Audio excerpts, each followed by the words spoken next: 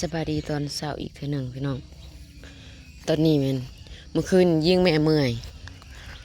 จน2 โมงพี่น้องห้อยตีนจับบนในกองเฟืองนี่ห้อยตีนจับบนในกองเฟืองนี่ห้อยตีนไผสะยิ่งแม่เมื่อยจนตี 2จะได้นอนเที่ยงคืนอีพอโทรนำ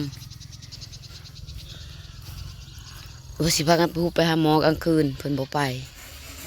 เอาเพิ่นอีเมคืนนี่แหละของเราได้ทอดให้สอบดำได้จักสอบเลยหาสอบแต่สอบ1บ่หมดแล้วทอนทั้งของห้าของห้าสอบน่าตักฮะทอนประกันพ่อปล่อยมา จะคือทอนใส่กันไปทอน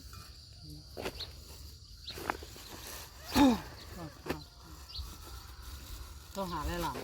ทอนไผเราจอดนะจะมัดเล็บนี่ก่อนนี่คือมุ้ยอีพอไปแหละเราเข้าเมื่อใส่บ้านเลยโอ้ยแล้วเอาเขานี่ใส่มือใส่บาทฮักกะ5 โมงนี่ฮักกะ6 โมงยังนี่เราบ่ได้เข่าดอกมือใส่บาทนะเราว่าเราบอกเจ้าบ่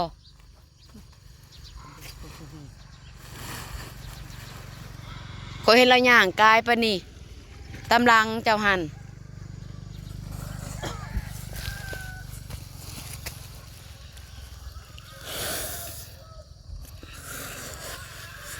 ของห้าวนะ9 สอบ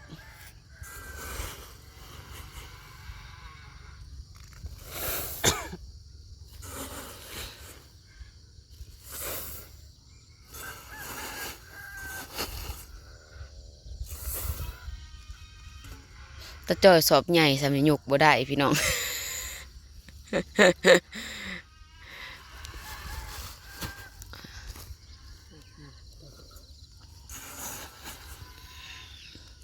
โทรหาเขาเจ้าก็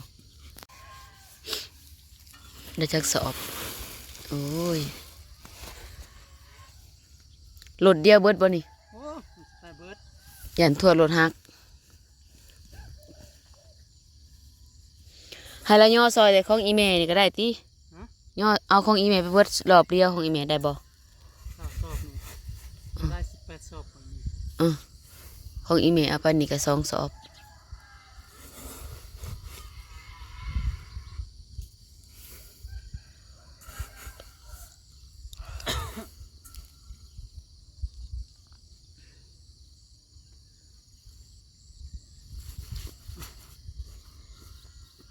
มาถ่ายจะไหนเราตื่นมาได้ค่ะเอาเขาขึ้นเล่าพี่น้องของยายมันสอบใหญ่ข้าแม่นว่าทอนใส่กันกับซียูพี่เลี้ยวนี่แหละซีรูปกับบลายดอกน้อยของอีเมซีรูปกับบลายแต่ห้าวตี้รูปลายสุดก่อน24สุดนี่10 23เดี๋ยวเขา33 สอบสุดก่อนนั้นบวกกับของอีเมนะ80หรือ6080พุ่นเนาะของอีเม28ของเฮาก็ต้องเท่าไรจังหวัด80ของเฮาก็52ของเฮามันก็ต้อง52สุดก่อนปีก่อนนะพี่น้องอีเม28ของเฮา52บัดนี้รวมกันทั้งของเฮาทั้งของอีเมปีนี้ฮะก็ได้แต่50 ปลายตายของอีเมมันสอบใหญ่ซื้อ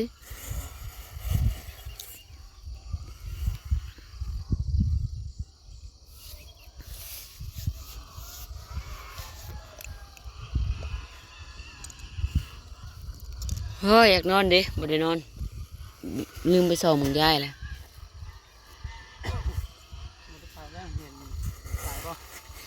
จังวันนี้แหละว่าสิบ่ไปโรงเรียนและอีเมก็เมื่อยป้าเราอยู่ผู้เดียวเห็นได้อีพ่อก็บ่อยู่สิขอบเขาแหละนักเล่าสิให้ไปแล้วบ่ให้อันขาดแล้วเราสิไปโลดแล้วก็ว่าแหละหากกันไปก็สิเอาอีหน่อยไปนำบ่ไปอีหน่อยสอลาว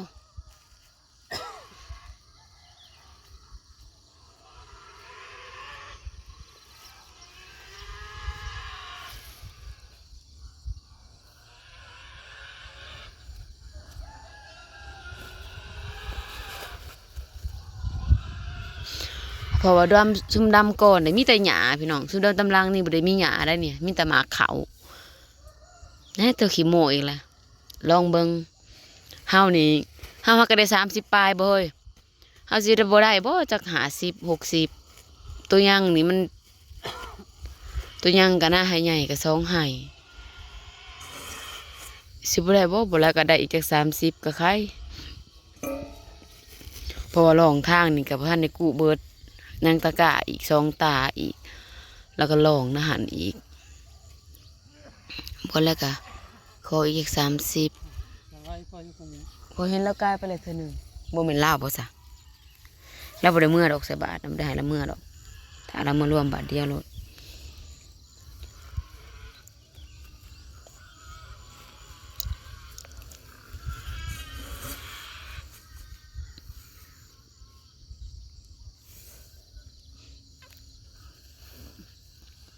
ให้มันได้สอบหนึ่งเรื่องของอีเมลนะสอบดำนะได้บ่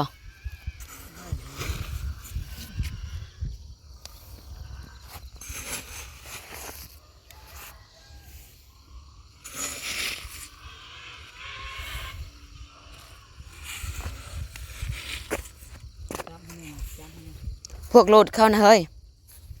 เข้าบริตักออกเนาะเขายิบปากเอาเลยเนาะ เนาะ เขาปั่นสอบตัวนี้เขาก็ยิบปากเอาเลย เขามีมันจับตัวนี้พี่จับ โอ้ยมันสิเป็นหยังตัวนี้นะ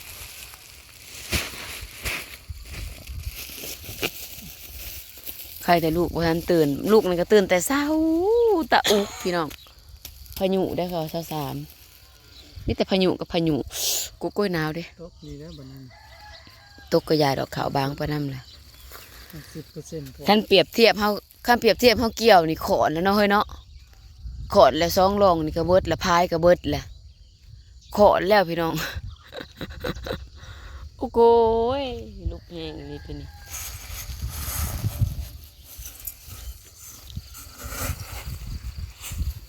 เอาไปไว้สี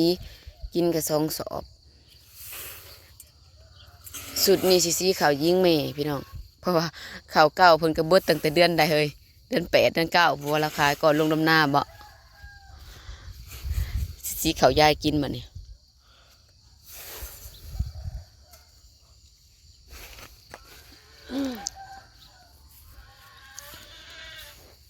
เจ้าก็เอาเบื้องนั้นก้อนเฮ้ยเบื้องนั้นบ่มีไม้อิงเด้อนะป้าอีโพอีเมสอบเขาแบบสอบเขาเขาหย่าเลยนะเฮ้ย สอบกันง่ายก่อนนี้ กว่านี้อีกบ่ อันนั้นผม บ่สอบอันนี้แล้วของเขาหย่านะถ้ามึงเอามากินนะสอบอันนี้แล้ว ง่ายตัวนี้สอบกามมันแดงนะ อ้าวผัวก็ล็อกในอีกได้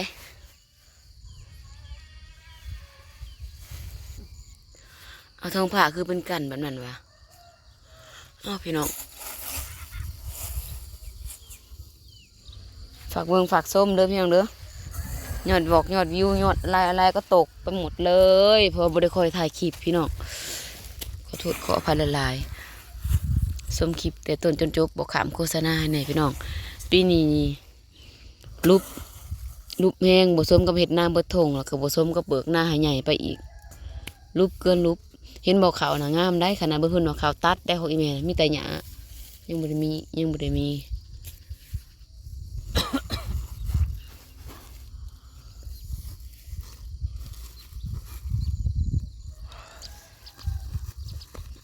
หาวอยู่งากอยู่อันนี้ก็แซ่ขอซอยยังดุสิมื้อ2 โมงหดเขานี่ ส่งขึ้นรถนี่แหละ โอ้ย มัดกับโบมัดเลยนั่งดูสิ ถ่ายคลิป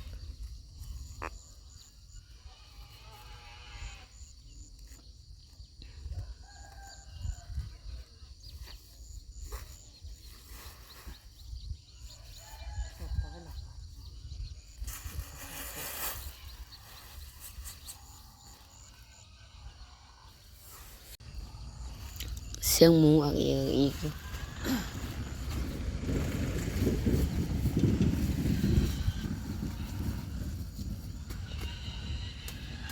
ก็โอ้ยนี่แม่มันนี่คอพิษโบกก็เจ็บเลย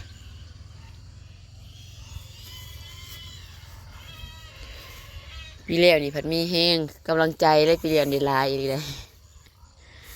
หลายเกินขาดปีแล้วนี่ปีนี้รุดเกินขาดแห้งก็เป็นน้ำปีน้ำเดือนมันคือการพี่น้องปีหนาว่ากันใหม่ปีหนาสิบดำทีสิดำห่างปีหนานี่ดำทีแล้วก็บ่ได้เขากับแนวเขาเนี่ยเอาแนวเขาใหม่เลยพี่น้องปีหนานี่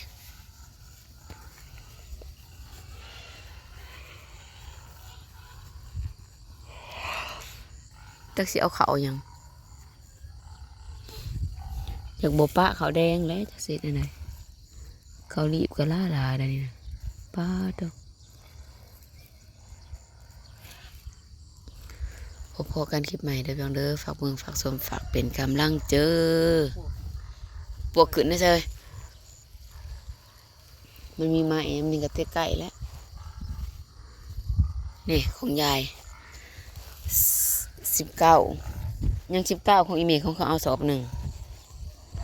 19ก็เป็น21เป็น21สอบมือสันวันดีพี่น้องเอาเขาขึ้นเล่าอันสิดับมือหลับมือดีมือนี้เอาลงบ่ได้เอาขึ้นได้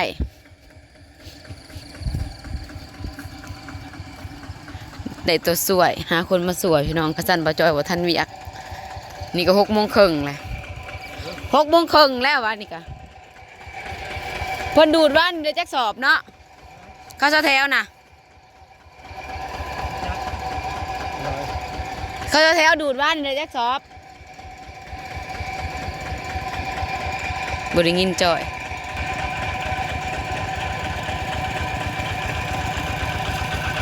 เดี๋ยวจักสอบเออ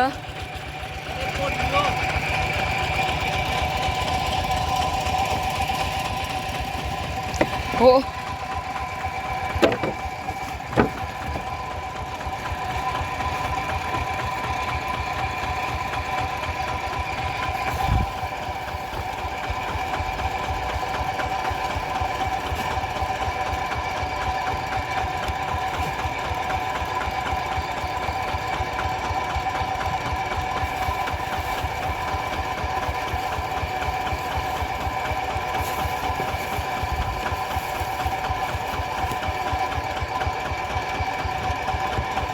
เขาปลูกยังบ่มีเลยด้านนี่นะ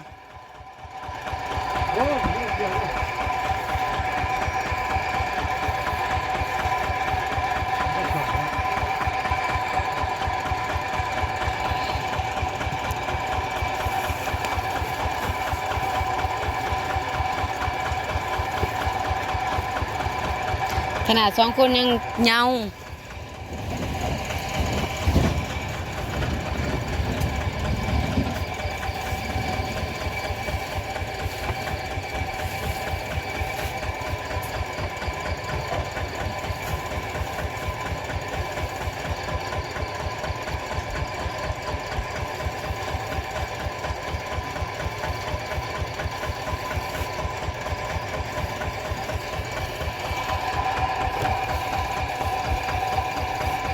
สำหรับเฮากินกับพ่อแม่นะปีหนึ่งนะ50 สอบพี่น้องพอเดือนหนึ่ง4 สอบ12 เดือนก็ตกอยู่48 สอบราย50ไปเลยแต่ละปีนะกินนั่น33ได้33 สอบสมควรนะจักสอบเจ้าเฮาขึ้นมาเนี่ย สักแปด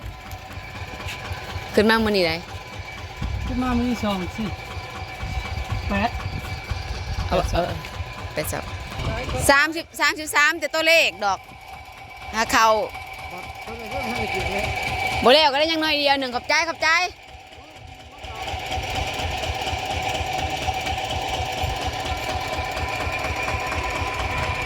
รวมเบิร์นก็ได้33 34